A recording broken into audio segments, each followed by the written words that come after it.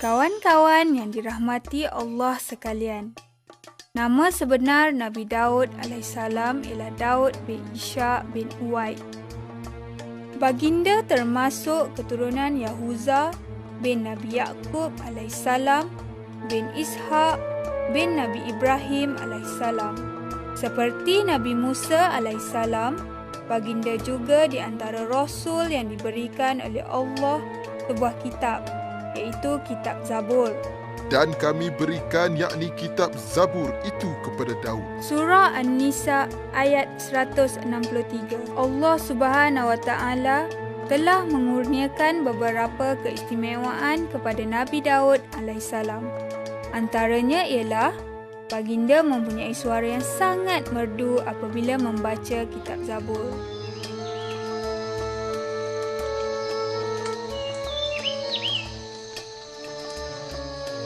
Sehinggakan Allah memerintahkan gunung ganang dan burung-burung bertasbih bersama dengannya pada waktu pagi dan petang. Sesungguhnya kami menundukkan gunung-gunung untuk bertasbih bersama dia, yakni Daud, di waktu petang dan pagi. Dan yakni kami tundukkan pula burung-burung dalam keadaan terkumpul. Kawan-kawan sekalian, di dalam firman-Nya Allah telah mengatakan Nabi Daud alaihissalam ini seorang yang taat.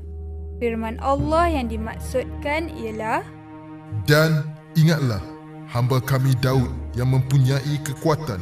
Sesungguhnya dia amat taat, yakni kepada Tuhan. Surah Sya'ad ayat 17. Nabi Daud alaihissalam juga dikurniakan oleh Allah mukjizat. Mukjizat Nabi Daud alaihissalam ialah boleh melembutkan besi dengan tangannya sendiri. Bukan itu sahaja, malah baginda boleh membuat baju besi yang dikukuhkan dengan tenunan dari bulatan-bulatan rantai yang jalin menjalin.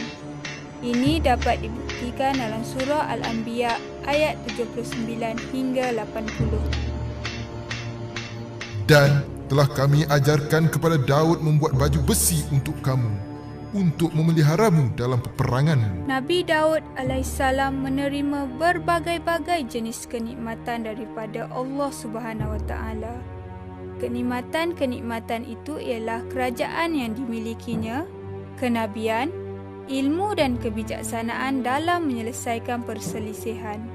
Perkara ini ada disebutkan dalam surah Sya'ad ayat 20. Dan kami kuatkan kerajaannya, dan kami berikan kepadanya hikmah dan kebijaksanaan dalam penyelesaian perselisihan. Ketika Nabi Daud alaihissalam berusia 13 tahun, baginda telah menjadi tentera kepada Raja Talut.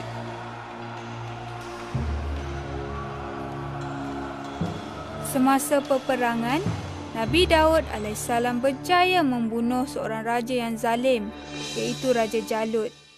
Dengan izin Allah, Raja Jalut yang kejam itu mati akibat dilastik dengan seketul batu oleh Nabi Daud alaihissalam. Sehubungan dengan itu, baginda telah mendapat keistimewaan di sisi Raja Talut kerana berjaya membunuh raja yang kejam itu. Baginda menjadi panglima perang yang paling dihormati dan menantu Raja Talut.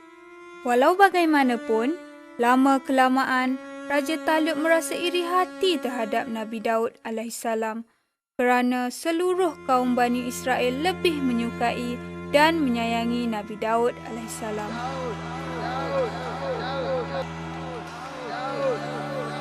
Raja Talut merasakan Nabi Daud alaihissalam ini saingannya dan ingin membunuhnya. Berbagai-bagai usaha untuk membunuhnya dilakukan, tetapi tidak berjaya. Akhirnya, Raja Talut merasa amat kesal akan perbuatannya itu. Ini kerana di dalam percubaannya ingin membunuh Nabi Daud alaihissalam, telah banyak ulama yang terbunuh kerana menghalang perbuatannya. Oleh sebab itu, Raja Talut telah bertaubat kepada Allah. Akhirnya, Raja Talut menanggalkan mahkota kebesarannya dan meninggalkan istana dan menyerahkan kerajaannya kepada Nabi Daud alaihissalam. Nabi Daud alaihissalam menjadi raja yang adil dan saksama. Kawan-kawan sekalian, begitulah sedikit kisah Nabi Daud alaihissalam. Baginda wafat pada usia 100 tahun. Ada sebahagian ulama mengatakan baginda meninggal ketika sedang bersujud. Wallahu a'lam. Kawan-kawan yang dirahmati Allah sekalian, pengajaran yang boleh kita perolehi dari sirah ini ialah: yang pertama, walaupun Nabi Daud alaihissalam dianugerahkan oleh Allah dengan pelbagai kelebihan, namun baginda tidak pernah lupa diri.